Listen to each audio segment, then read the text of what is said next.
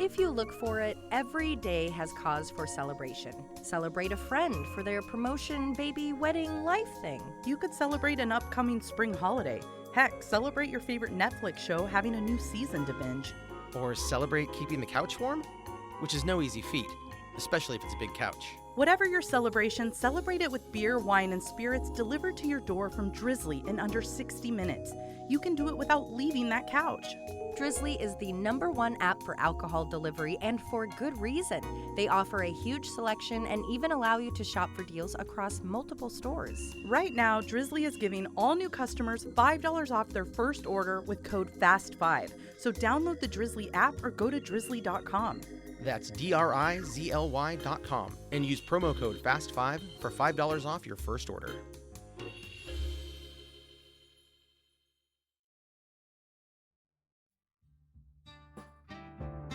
As always, we are so appreciative of all of our Patreon supporters, and we would like to say a special hello and thank you to some of our newest members, including Michelle E. from Louisville, Kentucky, Julianne V. from Vancouver, Washington, Echo G. from Cottonwood Falls, Kansas.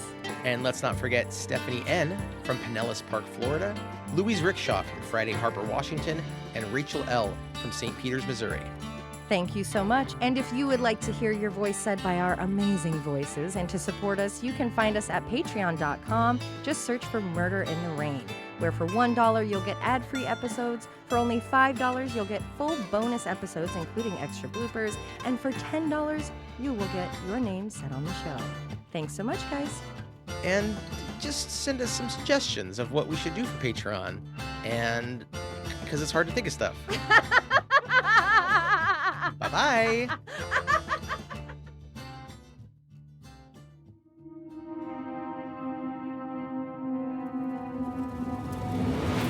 This is Murder in the Rain, where each week Emily Rowney, Alicia Holland, and Josh McCullough tell true crime stories of the Pacific Northwest.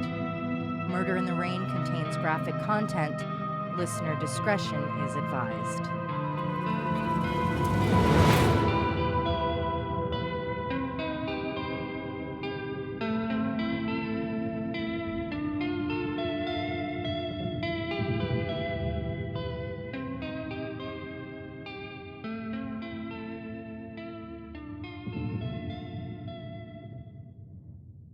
I live in what most locals consider an affluent city. The housing market here is insane, thus why I'm still a renter. I relocated to Lake Oswego 6 years ago for its school district, the walkability score, and for the proximity to Portland, where both my job was located and where many of my friends resided. And while during a typical day you can run into a Booster Club mom at the grocery store or even leave your package on your doorstep for hours, this city is like any other. There is a dark history here. Like all of Oregon, Lake Oswego has a very racist past. I learned last year that it has had the shocking nickname Lake No Negro for decades, as it's recognized as an elite, predominantly white suburb. Recently, Maya Gordon, a high school student from Lake Ridge High School in Lake Oswego, made a documentary called Lake No Negro. In her film, she explores the racist history of the city. She discusses how after development started happening in the area, in an effort to promote the city as an elite and prestigious area, laws were put into place that no African American, Chinese, or Japanese person could live within the border of Lake Oswego unless they were a servant. Ugh. These days, that law is obviously abolished, and we've made significant strides as a city to be more inclusive. But the fact of the matter is, it's a very wealthy city, and it's over 85% white. We can't pretend there aren't very racist people living here. In addition to racism, there is still violent crime as well. In our episode, The Cunning of a Man, we discuss Lake Oswego resident Conrad Engweiler, who as a teen brutally murdered a fellow student. On Patreon, I covered another very tragic case about a Lake Oswego man who killed his wife who was dying of cancer. His motive was death with dignity. She had already been in remission before, and this was her second battle. He claimed to know she didn't want to slowly die due to the disease. But rather than consulting a physician or even helping her in a painless way that would take her in her sleep while her family said their tearful goodbyes, he used a box cutter. Her sons never had a chance to say goodbye. Today, I bring you yet another devastating case of a family fractured by murder. Nestled next to the Canal Acres and Bryant Nature Parks in Lake Oswego is a stereotypical Little Oregon neighborhood. 16 houses can be found along the inside of Indian Springs Circle. On any given day, you can find people outside mowing their lawns, taking a walk with their dogs, or waving at a friendly neighbor. But on a summer evening in 2012, the neighborhood would be disturbed by the sound of gunshots. No one could have imagined the grisly event that would take place in their quiet neighborhood and how the sounds of gunfire would haunt them for years to come. This is the case of the Juarez and Wallace family murders.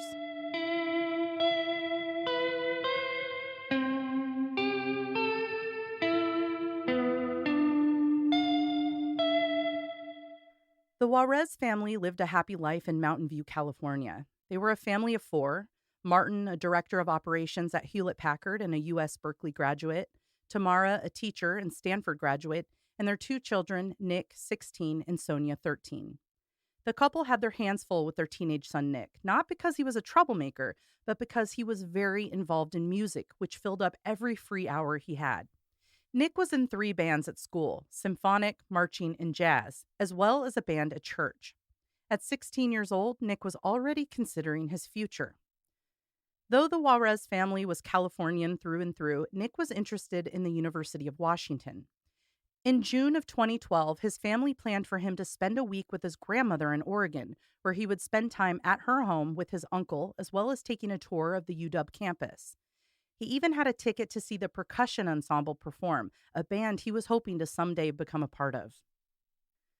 Sandra Sue Wallace, who went by the name Sue, was 71 years old and had 2 grown children: her daughter Tamara, who went by Tammy, and her son Adrien. For years, Sue worked as a clinical social worker in the psychiatric department of Kaiser Permanente Hospital in San Bernardino, California. After she retired, she relocated to Lake Oswego, a suburb outside of Portland, Oregon. Sue's son, Tammy's brother, Adrien, had a tumultuous life. While his mother and sister flourished, he struggled to keep a job, and as an adult found himself needing to move in with his mother in 2009. He was unemployed and rather reclusive. He didn't really have any friends and never even interacted with neighbors. Sue, on the other hand, was incredibly social. She regularly walked her corgi with her neighbor Richard, who also had a corgi, and while she spoke of her son often, Richard only ever met him once. She often said that Adrien had a hard time relating to people, which made him pretty quiet and kind of unfriendly. It was no secret that Adrien spent most of his time inside his mother's home, drinking, smoking, and constantly playing video games. The adult version of him wasn't much different than what he was like as a child. The child version of Adrien was described as highly intelligent, but even as a grade schooler, he was viewed as a loner. All around him, he saw people who were happy and social and seemed to get along with each other, but he just didn't fit in and had an agonizing time trying to communicate. Tammy and Adrien didn't get along, a theme that continued since their childhood. When Adrien was 15 years old, he physically assaulted his sister, which resulted in him going to juvenile detention, and her initiating a very distant relationship with him. By the time he was in his 20s, he was constantly battling depression. He asked for help and was able to get mental health treatment, but he was eventually hospitalized for self-harm. Adrien's struggles with mental health limited his ability to secure a job. He had started training to be an industrial maintenance mechanic, as he did well working with machines, but eventually that dream faded due to his social and mental health issues. He supported himself for some time using Social Security disability payments, but those eventually ran out, and that's why he ended up so reliant on his mother.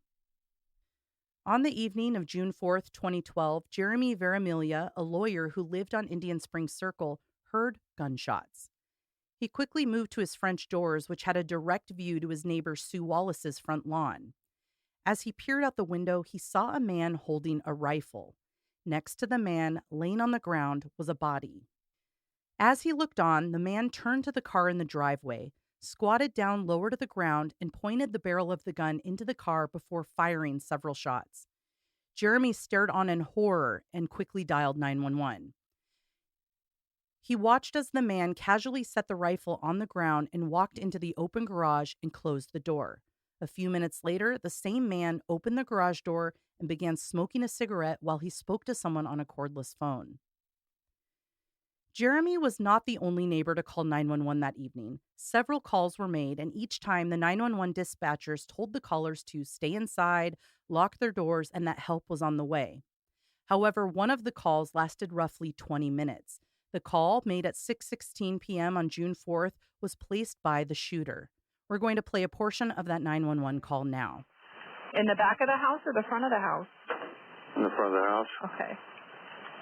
And are you inside now?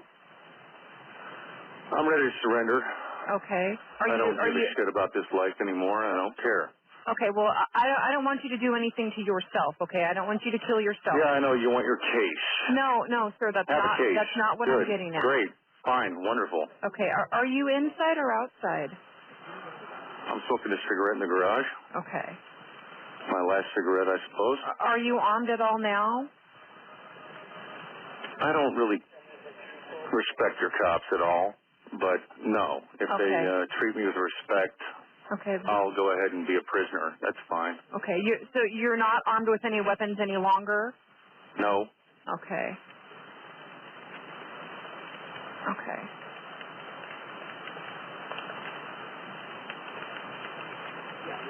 Is anybody else there with you? No. Okay.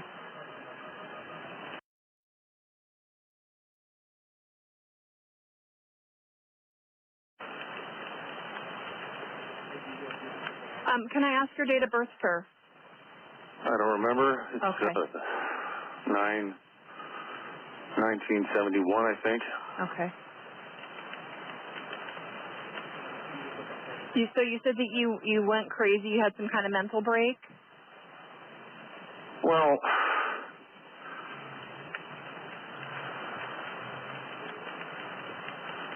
I'm going to open the garage door. I can't believe I did what I did. Okay. I want to help you as much as I can. Okay, so whatever you No, need I did what I did. No, I know, but anything. People have been killed. Okay. It's a criminal act. I committed a crime. Okay. People are dead. They're not moving around. Okay. We don't know that. We might be able to help them still. People are dead. Okay. This is it. Okay. I believe you.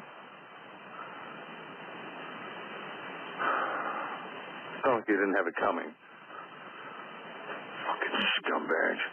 What Against me. what brought this on? Well, multiple repeated fucking crimes, child abuse, shit like that. Okay. Against you?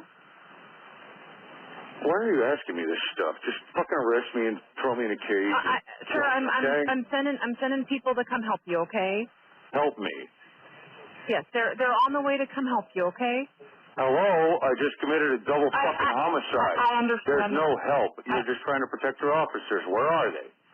I'm surrendering. They're coming as fast as they can, sir. You don't do what I did and get away with it. That's against the law. I surrender.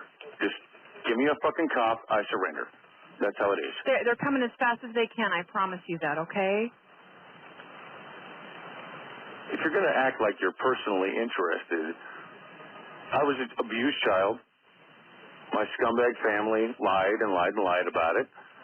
And I just snapped. Okay. I just couldn't take the lies no more. You're tapping on your keyboard. I can hear that. Yes, because like I told you, I'm sending officers out there to come help you, okay? And I'm trying to get them to come there as fast as they can. They are driving as fast as they can right now to you. I promise you that. Well, just fucking kill me because I'm not going to kill myself. Okay, we don't want to kill you either. Yeah, you do. No, sir, I do not want to kill you, and none of those officers want to kill you either. Did you read that in the handbook or something? No, I am serious. I'm being serious with you. I'm being dead honest with you. What part of double homicide do you not understand? I know that you I'm had. the bad guy now. I know that you had to be hurting to do what you did. I used to be the good guy. I used to help people. Okay. I know. Now that I'm the fucking murderer. I just killed 2 people. Okay. I understand. I understand that you have done something horrible. Do you understand that I just killed 2 people? Yes, I do. I'm used to be the good guy. I used to help people. Then a bunch of so tell me about yourself scumbags discriminated against me, made me impossible to employ. These motherfuckers betrayed me for the last goddamn time. I'm part of a family that... No, fucking child molester scumbags. I agree.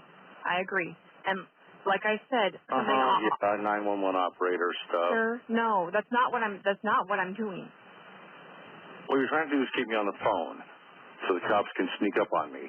No, they're not going to sneak up on you. Do you understand? I just shot my mother. They're not going to sneak up on you. They know that you know. I told them that you were aware that they're coming. In a fucking prison cell because I don't want to do this anymore. They're coming as fast as they can. I promise. They are not trying to sneak up on you. They know that you called. Just give me some handcuffs in a fucking prison cell. Shoot me in the head. Kill me. Sir, nobody wants to kill you. Yes, you do. Nobody wants you dead. What has happened to you is we'll horrible. do it by the process of law. What has happened to you is horrible. Stuff, then you'll kill me. No, what has happened to you is horrible. What happened to your family is horrible. What happened to everybody here is horrible. My mother's brains are on the driveway. Okay. Driveway I cleaned for her, and and I know you don't hell feel doesn't good result. about that. I know you don't. They're coming as fast as they can. They are coming as fast as they can. Well, they're being real slow because they're going to see a goddamn mess, and it's going to be a fucking tragedy.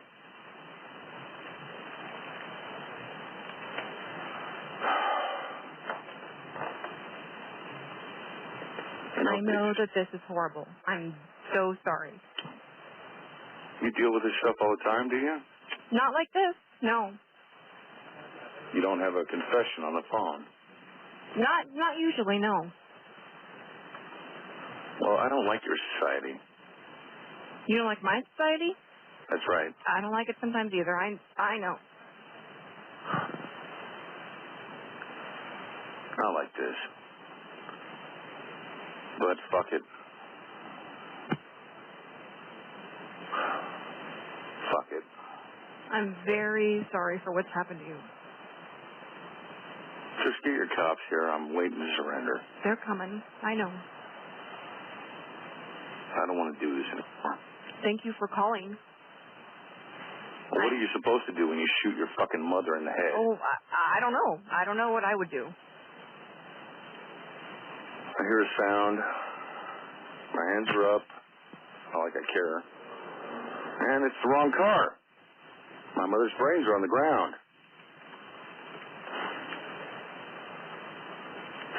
Will somebody please just fucking kill me?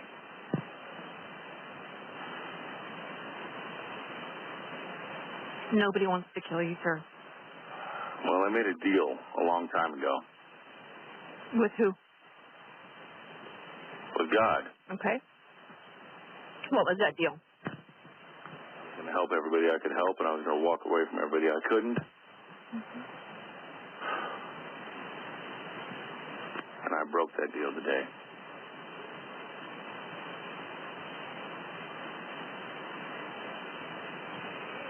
We all do things that we don't have any way to explain. We all break promises with God. Murder. We don't all do fucking murderer now. You know what, though? Each sin is still a sin. I'm a murderer.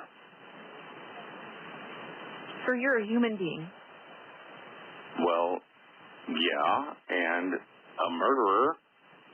You're That's a human not being. okay. That's wrong. I know it's wrong. But we all do things that are wrong. They're dead. I know. Adrian Wallace not only tells the 911 operator that he just killed 2 people, but also went on to tell police when they arrived. When police got on site, they found Sue Wallace sprawled on the ground of her front lawn, just outside of her car where her nephew Nick was slouched in the passenger seat. Both of them were deceased. Between the 2 of them, there were almost 20 rounds from a Springfield M1A rifle. The shots that Jeremy heard before calling 911 were from when Adrien shot his mother in the head as she planned to get in her car and flee the scene. He then lowered himself down and pointed the rifle into the car directly at Nick and fired more shots. The skulls of both Nick and Sue were nearly fully shattered. Police promptly arrested Adrien, reading him his Miranda rights and then placing him into the police cruiser. When asked by police, he repeats what he told the 911 operator. He then continued, offering insight to why he did it. I don't have the recording, but the entire conversation inside of the police cruiser was video recorded. He seemed to have fully accepted what he had done because he went on to say, quote, "I'll never have this much comfort again. I should have shot myself," unquote. He felt he was going away for life for what he had done. There are multiple points of this conversation where Adrien brings up the death penalty, like that's definitely going to be on the table for him. As police continued to interview him, his motive became a little more clear. He ranted about how his family made him feel so worthless he wanted to die. What's interesting about Adrien is he is intelligent and sounded lucid when he called the police out while they were trying to determine his motive. He basically told them that they are looking for something deeper than what really happened. He said, quote, "You're looking for a drug deal and espionage and some James Bond shit," unquote. So they finally ask, "Why did you do it?" The answer to that was a long history. He said it started with abuse, similar to what he mentioned on the 911 call. He alludes to sexual abuse in his childhood. He then says his sister physically abused him when he was 5, and it was her fault that he went to juvenile detention after he assaulted her when he was 15. The abusive history then turned into racial issues. There was contention between Adrien and his sister's family. Tammy married a Mexican man, and it was very clear that Adrien had issues with that. He claimed the racism was on his brother-in-law and nephew's side, as he told police, quote, "They hated me because of my skin color," and that his nephew inherited his skin color from his father. That basically the two hated him because they were Mexican and he was not. He then went on to talk about how his mother has created who he was, that he can't get a job because he's an alcoholic because she buys him beer, and now he's conditioned to, quote, "smoke cigarettes, drink beer, and try to be invisible." After all of the blame he put on his family, he did eventually get into the specifics of that day. Nick and Sue had spent the week together, something they did every year, but the trip was coming to an end. The day that the shooting occurred was Nick's last full day in Oregon. He and his grandmother were planning to leave for Mountain View the next morning, June 5th, because Nick's sister Sonia was graduating from middle school. Earlier that day, Adrien and Nick played video games together. Nick beat him at a game and said the words, "Beat it." This was heard by Adrien and taken as a slight, but it's thought that it was just a reference to winning the game, but it set Adrien off. It was clear he took it as a slight against him personally. Adrien then started to go on a rant, verbally attacking his teenage nephew and making very racist remarks about him and his father. His verbal aggression was escalating, so Sue and Nick left the house and fled to the car. If I had to guess, Sue could see that Adrien might turn to violence, so she wanted to de-escalate the situation by providing some distance. Unfortunately, she had no idea that their leaving would push Adrien over the edge. As they left the house, Adrien went to his bedroom to grab his hunting rifle that he kept behind his door. He followed them outside. Nick had already gotten into the car, but Sue was standing in the front yard just steps away from the driver's side door. Without hesitation, he aimed the barrel at his mother and fired before turning the gun on his nephew. Adrien elaborated that he did it because he felt panicked at the idea that his mother might have been at her wit's end with him and would kick him out of her home permanently. After he killed them, Adrien went back inside and within a few minutes made the call to 911. The day after the murders, Adrian Wallace's sister was interviewed by police. When asked if her brother had mental health issues, she said that he did, that he struggled with depression and had poor social skills, which made it difficult to interact with people. She went on to say that he was not psychotic. He had, however, been violent toward her in the past. Adrian Wallace mentioned in his 911 call that he had been abused. He even called unknown family members child molesters. Wallace told police that when he was 5, his sister, who was 3 years older, beat him 40 or 50 times with an oven rack. Tammy says that never happened, but that when she was 18 years old and Wallace was 15, She took a folding knife away from him and he proceeded to hit her in the face multiple times. That incident got him a stint in juvie. I can't say what went on between him and his father, or if that was who he was even referencing when he said the family had child molesters. But when his father's health was declining, they had to move him into a retirement home. Adrien was estranged from his father, but Tammy wasn't. So she called to tell Adrien that she was moving their father, and he screamed and screamed at her, seemingly showing no empathy toward their father's ailing health. I don't know if that alludes to any deep-seated issues, but it is odd.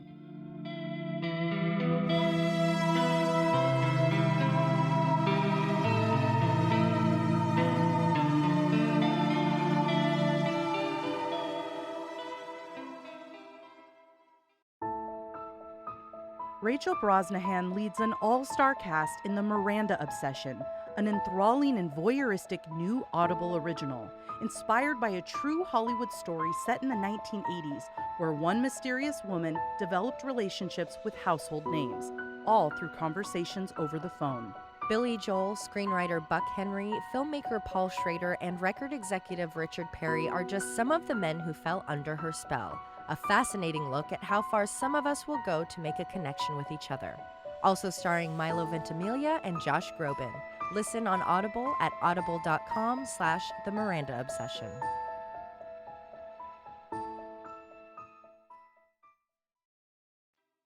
Adrian Wallace's trial began in June of 2014, 2 years after the murders took place. I think everyone was pretty much prepared for what the defense team had planned to do, and that was to plead insanity. I'm not sure if we've actually ever gone over the rules for pleading guilty except for insanity. I know we've definitely touched on the topic. Yeah, I don't think we've gone in depth on it. So I thought I might mention that under Oregon law, someone can be found guilty except for insanity if they suffered from a mental disease or defect that would have impacted their judgment or control during the time of a crime. This will happen during the criminal trial. The defense will submit the plea, and then it's up to them to prove it. This will come in the form of an evaluation by a psychologist or a psychiatrist, or both. They'll often discuss the defendant's medical history and speak to witnesses that might have insight to their mental illness. If they can prove that someone was suffering from an illness that really did impact their judgment or control, it would show that they lack the necessary criminal intent to be legally responsible for their actions. Defense immediately brought up that Adrian Wallace was a man who had significant mental issues and that he suffered a psychotic break that was a long time coming. The lifelong troubles with mental illness were well documented, but it was up to them to prove that it had continued to deteriorate into his adulthood, especially after moving in with his mother. To support their claim, a psychologist spent over 50 hours interviewing Wallace. Dr. Henry Miller came to court prepared to explain that Wallace did suffer from psychosis, which started in his childhood. This came from Wallace's commentary in therapy sessions, where he told him he received orders from God to attack and kill his mother and nephew the day of the shooting. This was the first time I think a lot of people heard of this claim. We know he mentioned God in the 911 call, that he had made a promise not to kill himself. However, he never mentioned hearing voices or any commands. His psychologist said Wallace suffered from paranoid schizophrenia and that he can't tell the difference between his imagination and what's happening in the real world. But of course, the key tell on this schizophrenia would be the command hallucinations he was getting, which was not something anyone else had evidence of, only this doctor. When the prosecution was able to speak, they didn't shy away from Wallace's known mental issues. However, they claimed he was lucid and had intent when he got his gun and shot his family. He may be paranoid, but they didn't believe that there was evidence of schizophrenia. Wallace's history only had depression. He was never previously diagnosed with schizophrenia or psychosis. In his medical records from the years 1986 to 1999, there were several psychiatrists and psychologists who saw him, and in each case, there was moderate to major depression, and that's it. Prosecution believed that when his nephew made the small, innocuous comment, "beat it," the slight set Wallace off. He then grabbed his gun and fired on them both, and he knew what he was doing. During the trial, Adrian's Miranda rights also came into question, as there was worry that much of the commentary that Adrian provided during the time in the cruiser and his interview at the station were going to be tossed. Basically, what happened is that the arresting officer didn't record himself reading the Miranda rights. Since so much was recorded, that became questionable. Did he actually read them in full? Did he ask Wallace if he understood what it meant? None of that was recorded. He was then promptly put into the car, which had recorded everything: the time that he was alone and muttering to himself, and the time the police were in the car with him asking questions. If it could be proved that he wasn't Mirandized properly, anything that happened in that car recording could be tossed. Now, to be honest, I'm not sure if that really would have benefited Wallace at all. The 911 call had just as much information, and that was not going to be tossed. In the end, they didn't exclude anything from the recording, which made a very strong case for aggravated murder. The trial went on for 3 weeks, but it only took the jury 12 minutes to come to a conclusion. Wow. I know. 12, a That's minute for every juror. Not a good sign for the defense. Like, I literally picture 12 people sitting around a table and each of them get a minute to make up their mind. yeah, and go yay or nay. Yay, Yeah. nay. Wow. On Tuesday, July 1st, 2014, Adrien Graham Wallace was convicted of 2 counts of aggravated murder for the murders of his mother, Sandra Sue Wallace, and his nephew, Nicholas Brian Juarez. Since the jury rejected the insanity defense and proceeded with an aggravated murder conviction, Wallace was facing significant jail time, even the possibility of being put to death. The sentencing was scheduled to take place a week later, and it was up to the jury to decide whether Wallace would get 30 years in prison with a parole, a true life sentence with no parole, or the death penalty. Considering it took the jury all but 12 minutes to decide that Wallace did fully comprehend what he did when he killed his mother and nephew, Wallace and his attorneys had significant concerns that the jury might actually sentence him to death. Wallace spoke to his attorneys and decided that the best course of action was to skip the penalty phase and instead make an agreement with the DA. Wallace agreed to waive his right to any future appeals and accepted a life sentence with no parole in order to avoid being sentenced to death. Adrian Wallace now makes his home in the Snake River Correctional Facility, where he will spend the rest of his natural life.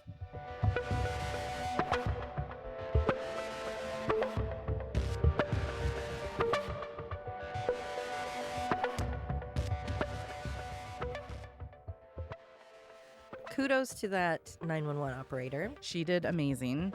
We so often hear 911 calls where it is infuriating to hear the person like repeating the same question over and over when he was very clear. Yeah. A lot of times it comes off like they're not listening to the person. Right.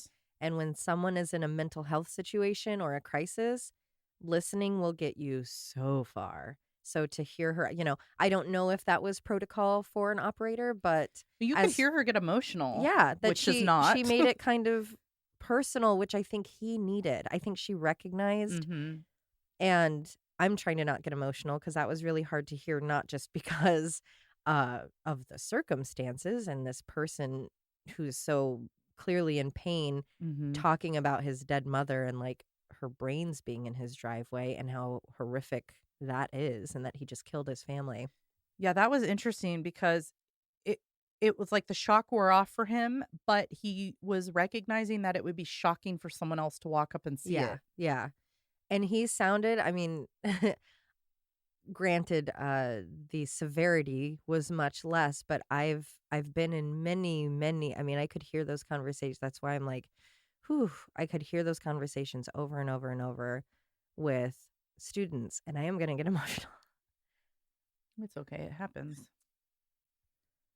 It's a horrible thing that happened which can trigger a lot of emotion. So they would come in and they'd talk about the abuse they were going through, and then they would do something aggressive, and we'd have to take them out of the room and sometimes put them in a restraint. But they sounded a lot like him. They would say, they would ask for me to, if I was restraining them, they would ask me to kill them. Oh, that's sad. And we're talking like from 5 years old to 12 years old. And they would beg. They sounded just like him, and they would beg to be they would beg for me to kill them. They would beg for me to call the police because they'd say, "Look, I hit you. I hurt you.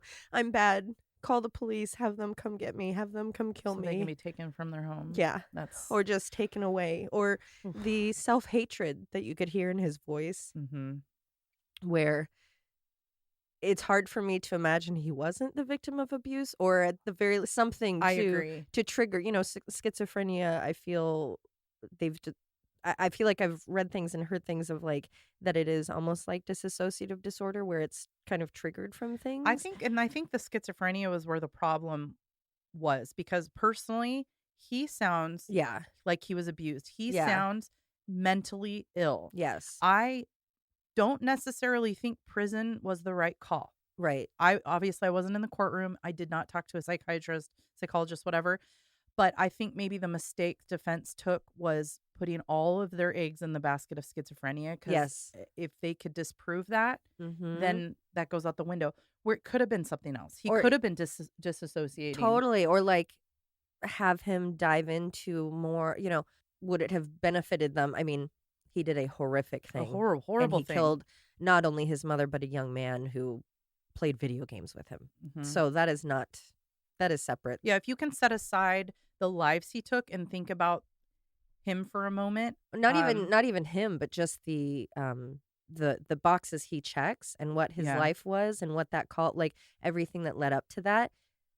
If maybe they had worked to do that, then he could have gone somewhere that they could have treated that. Yeah. He said multiple times, God, I promised God I would help people. I promised God this. I broke my promise with God. I don't know that means mental illness. A lot of people reference that in times of urgency. Yeah, it's hard too, because I mean, to play devil's advocate, his mom was a social worker and worked in psychiatry. She would have been very aware Right. of problems that he had as a child and would Right. want them addressed. So is he being manipulative? Like Well, is that makes me he- wonder, because if the defense didn't lean into that to say, here's the evidence he gave us, or here's the stories he gave us about abuse from XYZ family Mhm. member, and they could have use that. used that. I mean, unfortunate as that is, that's the judicial system. They could have used that. And the fact that they didn't, that tells me, was that his mental health speaking, thinking that had happened? Or did he think, Yeah. is he super conniving mastermind evil guy who sees the situation, calls 911 to confess, Mhm. and throws in, oh, I was abused, or oh, I was. Yeah, and you there's just a few can't different tell. scenarios there. Like, he could have been telling the truth and no one gave him the time of day to discuss his abuse. Or Or he he saw made that it as an up. out. He's like, Yeah. oh, I watch enough Yeah. Law and Order. And it sounds like the court kind of went that direction where they Mhm. sided with the sister who's saying, no one abused him. He was the violent one. Right. He hit me. He beat me up and had to go to juvie. It feels almost completely different. The phone call is one thing, and then you look at the court and go, you didn't pursue that angle. That makes me real suspicious. And you did go in and get your gun. You walked out before she left.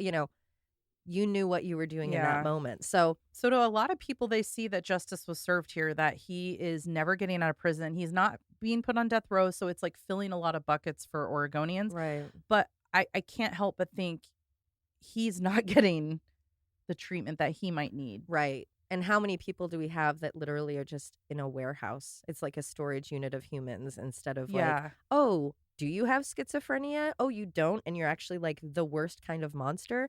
You can stay put. That's fine. Oh, let's look at this case. Oh, you did have severe abuse and that led to drug use and that led to violence and that. Okay, Mhm. what can we do? Instead of murdering someone, he could have, if he really had abuse and if he really had mental health things, could have fallen into drugs and could have just ended up on the street.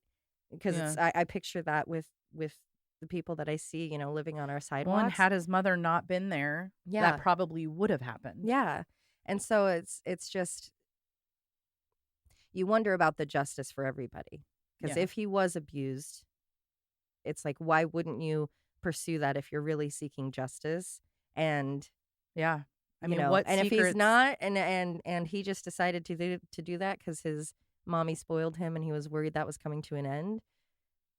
okay, bye. Or, Enjoy you your know, life sentence. What secrets did his father take with him in his death? Exactly. Like, I think there's so much more to the story that we Yeah. don't know because a lifelong mental illness like that, Mm-hmm. I mean, that had to play into it. Absolutely. Yeah, sure. A normal Absolutely. person doesn't explode in rage and kill people. I mean, I've definitely exploded in rage. Right. You know, But- if I had years of mental illness behind me, who knows what I could Exactly. Or not recognizing the finality of things. do. Mm-hmm. Or part of me too thought maybe he had undiagnosed autism with the way he struggled with social situations. That very well could not, be the case. Not as violence, not as someone that killed someone. the That's not it. But just that social ability. Yeah, he maybe really the struggle wasn't with the job. comfortable talking to people. Like half the neighborhood didn't even know he lived there Right. because he never went outside. And so that made me that when you were talking about the nephew making that comment, I could see where someone who maybe doesn't have that same processing yeah, could take it to be. especially if it's on the severe side. Mm-hmm. And if you're looking for a reason, you're mad because mom's cutting you off, or you've just come to a boil. And you have all that hate and Mhm. unaddressed abuse in your background. And a hunting rifle. Yeah, I don't know. Perfect combo. I don't know about that. I'm surprised he had that, first of all, if he didn't go Yeah. out much. But Well, and also you've been to juvie, and like you shouldn't have that. it makes me wonder if the family was aware. Did they ever mention that? They didn't mention that. And I tried to find a little bit more information on how long he had it and if it was under his name. And I was not able to find that. Yeah, that is interesting. It's just like I wonder if the family even knew he had that, you know? Because Yeah. if the sister's saying he was the violent one, and if mom's the social worker who's like trying to keep her family together, if they even knew he had that in his I don't possession. know. It's a very sad case. So sad. And it's shocking that it's, a couple blocks from me. And Mhm. Just a waste of life. Yeah. So sad.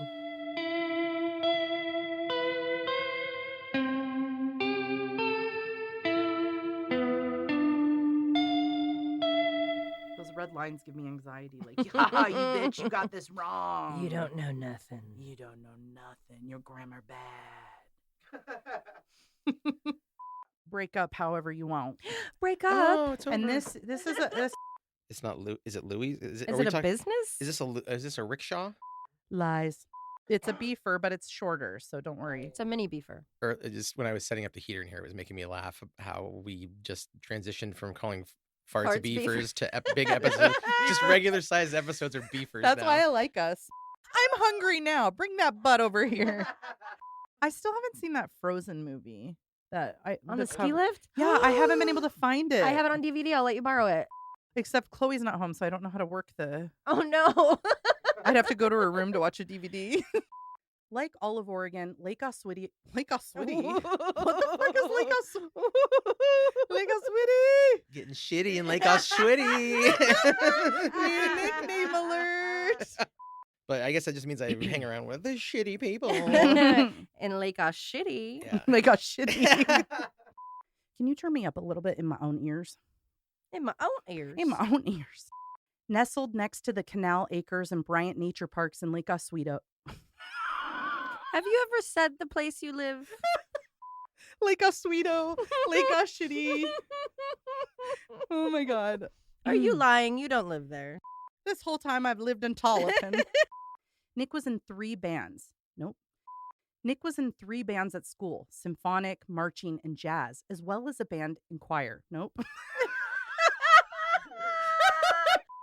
I think it's really funny when I go like sentences perfect and Yeah. then just fuck it up. And then he was 14 bands and symphonic tuba. I am sorry. Let me return.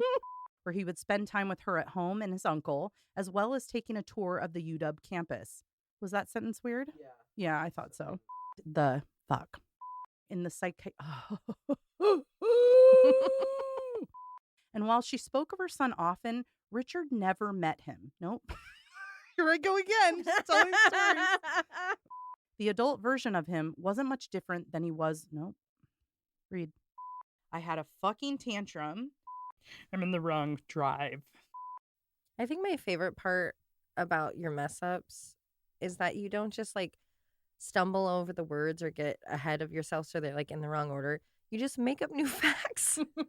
Or I just go. He had never met him. No, I'm sorry, they were best it's friends. it's like my eyes slightly wander off the sentence, Yeah. and rather than finding it, Oh, I I just know. try to fill it in. I just like that I'll like get you thinking I'm gonna do it without any mess ups, and Oh, then I'm no, like, just honey. kidding. Oh no, honey, you don't get me thinking that. As police continued fucking grammar. Hold on. I'm sorry. I'm not reading again. In his medical records, oh my God. Rectors. Ma'am. We get that, but we don't see the like deep Right. rooted horrific parts of that. Right. So Neither does my therapist, who I can't find.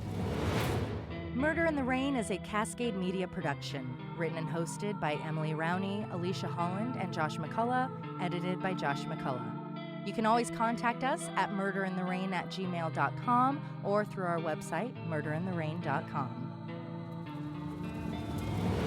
If you just can't get enough of Murder in the Rain, for as little as $5 a month, you'll have exclusive access to bonus episodes at patreon.com. You can find us on all of the socials, and for more true crime, follow at @M_Murder in the Rain on TikTok, and you can also listen to Alicia and Josh on their other show, Always Be My Sisters. And suck my balls.